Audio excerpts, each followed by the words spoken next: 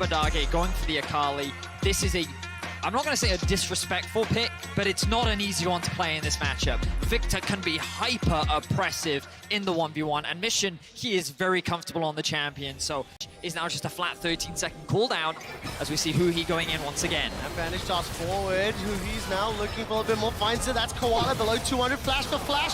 Shun! First blood onto 100 Thieves. Huhi's taken down. He followed it up after being engaged on. And now FBA is in trouble. Call for reinforcements. Gemini's trying to find the second kill for the flying Oysters, and Koala steps forward. Ferromancy crashed down.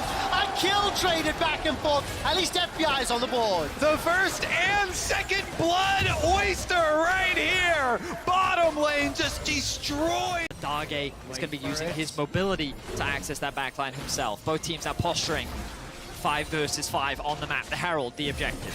Who pulls the trigger? He pulls the trigger. 100 Thieves. They're on the Herald. Look at Koala. Keep your eyes Flying on the Oysters, rail. stepping forward, Magnet Storm, followed up by the Killer Instinct, and closes Simpacting with the Glacial Prison, does so much to dissuade the engage. It's 100 Thieves that get the kills. Abadage's 5-point strike, manages to get it and steps back away. The engage was... Transition over to Dragon as closer comes to check. The window now the 100 Thieves have is the Herald in top lane. You can see that Someday does have the push. There's nothing that's going to get in his way if he wants to use it with the Divine Sunderer completed as well. Is he actually going to look to proxy this? No, he's just going to trade. We'll take it while that is down. They don't have the threat. That was just beautiful. Closer is going to be able to help out. Wait a minute, but it turned around. How did that turn around? The gravity field stunned them. The gravity field stunned them. The gravity field locked Abadage in place, and they're not done just yet. Yo, we need a... Right now, Koala steps forward. Ferromancy into the Magnet Storm. Closer can throw out the prison and Pete put rest in place, but FBI is jumped on by Gemini. So for 1 kill to 100 Thieves, here comes Abadage. It's traded for FBI, who steals the Make Array, and the Gemini will be able to use the Heartbreaker and pick up that misfortune. Closes down next. Someday and Huhi join up with Abadage.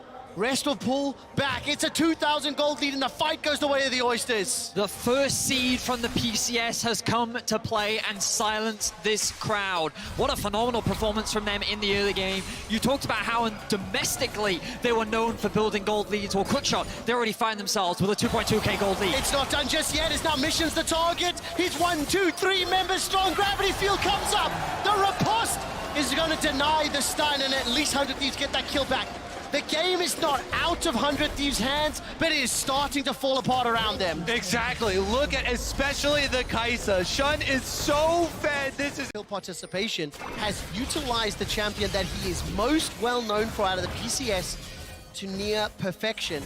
And this will be an uncontested Herald, Kobe. Yeah, certainly will. 100 Thieves, no business fighting that one. You lose so much ground when you lose the mid tower that early on. Allows Flying Oyster. You can see these wards, they're already starting to get in around the objectives as 100 Thieves trying to play the other side. 3-person dive again. Flash and World Ender available. That's both of them used. Dashing, dodging, ducking, diving. Riposte plus 1 more lunge does it. Mission completes the teleport, throws a Chaos Storm forward. Closer, Huhi, and... They're going to be forced to just give this one up.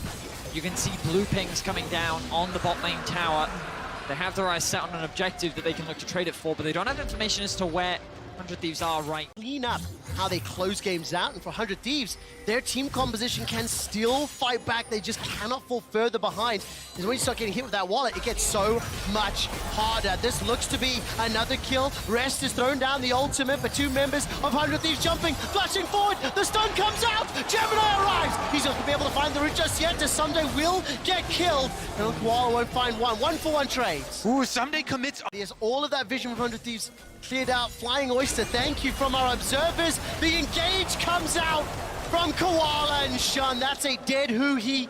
Curse of the sad mummy not available. And the Hulu Theater Madison Square Garden has been turned into a library as the LCS fans, 100 Thieves, are being bullied, beaten and bashed around the rift. The Dragon is up, it's been started, it's uncontested. Great use of those control wards by CFO. 3 control wards, they just black out the map around Baron, waiting in the side brush, and immediately they jump on that hope for 100 Thieves. They take out the Amumu, then they take out that pop. On a potential Baron. Right now, the pace of the game is being dictated by the Flying Oyster, and 100 Thieves will once again find themselves a pick. Now, this is great. This is exactly what the 100 Thieves need. And their composition is by no means at a point that at 3K, they cannot claw it back. It's important. Stop conceding gold. Stop conceding gold. Again. Do not concede this Baron. Don't let it get stolen. You are the Thieves. He's looking for a flank opportunity, but he won't be able to find it. Will be spotted out by Mission. Abadage hang on the flank, the engage from Closer. Oh, the double block was great, but it doesn't set up the kill. Abadage forced to run for his life now. Baron's been interrupted. Rest is trying to end 100 Thieves' world. There is too much damage, too much chase, and Flying Oyster kill 100 Thieves. A triple kill for Shun. That is 100 Thieves wiped off the map, and that will be the Baron secured for the Flying Oysters. Shun is legendary! As a roster, I think expectations were high, especially when you look at that top side of the map. Going up against the PCS, a region that over the last few years internationally has not looked great, especially during the group stages of World, to come in with this level of performance, to be winning out straight up in the 2v. They're about to spawn, and once again, they've done a very good job with the fundamentals. Sweep clean all the vision here for 100 Thieves. Make them face check into you, into your massive advantage. Oh, This is melting. Baron steal hope. Hope. Is it going to happen? Back away. Flying Oysters have been disciplined most of this game. They have not overextended. Look at the base. Consistently, Super Mias are inside the base. Betty, you called it right. CFO, they know that they have a pressure point in the bot lane. They know that their top wave is pushing as well. CFO are just playing the map. 100 Thieves in another do or die situation. The pressure cannot be higher. 2,000 hit points into the pit. It's stolen. LCS steals the Baron. But is it enough to steal the game? Shun and Gemini are chasing inside the mist. And just like that, 3 members down. Abadage gets at least 1 back. Rest is continuing the chase. Shun manages to find another.